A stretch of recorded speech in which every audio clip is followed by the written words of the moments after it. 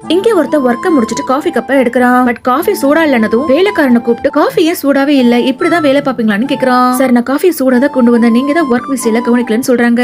அவனும் நான் என்ன பொய்யா சொல்றேன், ஒரு வேலை கூட உருப்படியா பார்க்க மாட்டீங்களான்னு அவங்க வயசுக்கு கூட மரியாதை கொடுக்காம கண்டபடி திட்டுறான். அவனோட ஒய்ஃப் அங்க வந்து என்னாச்சுன்னு கேக்குறா. ஹாரி போன காஃபி குடிச்சிட்டு என்கிட்டயே ஆர்கியூ பண்றாங்கன்னு சொல்றான். அங்கிள் நீங்க வேற காஃபி கொண்டு வாங்கன்னு சொல்லிட்டு அவ ஹஸ்பண்டுக்கு புரிய வைக்க ட்ரை பண்றா. ஆனா அவன் நீ அவங்களுக்கு சப்போர்ட் பண்ணி பேசாதன்னு சொல்லிட்டு அங்கிருந்து போயிடுறான். அடுத்து அவனோட ஃபைல காணோன்னு எல்லா இடத்துலயும் தேடுறான். கிடைக்கலனதும் வேலைக்காரனை கூப்பிட்டு எங்க பெட்ல இருந்த என்னோட ஃபைல் எங்கன்னு கேக்குறான். அவங்களும் எனக்கு தெரியாதுன்னு சொல்றாங்க. நீங்க தானே ரூமை கிளீன் பண்றீங்க, ஃபைல் எங்கன்னு உங்களுக்கு தெரியாதா, அவங்க வேலையை ஒழுங்கா பார்க்க மாட்டீங்களான்னு சொல்லிட்டு அவங்கள வேலையை விட்டு போக சொல்லிடுறான். அடுத்த நாள் அவனுக்கு உடம்பு சரியில்லாம போயிடுது. உடனே அவன் ஒய்ஃபுக்கு கால் பண்ணி எனக்கு உடம்பு சரியில்லை, சோ மெடிசன் வாங்கி தர சொல்லி சொல்றான். ஒய்ஃபும் நான் ஆபீஸ்ல இம்பார்ட்டான மீட்டிங்ல இருக்கேன், என்னால இப்ப வர முடியாதுன்னு சொல்லிட்டு போனை கட் பண்ணிடுறா. உடனே அவன் வேலைக்காரனுக்கு கால் பண்ணி என்னோட ஹஸ்பண்டுக்கு உடம்பு சரியில்லை, சோ நீங்க வீட்டுக்கு போய் என்னன்னு பாருங்கன்னு சொல்லி சொல்றா.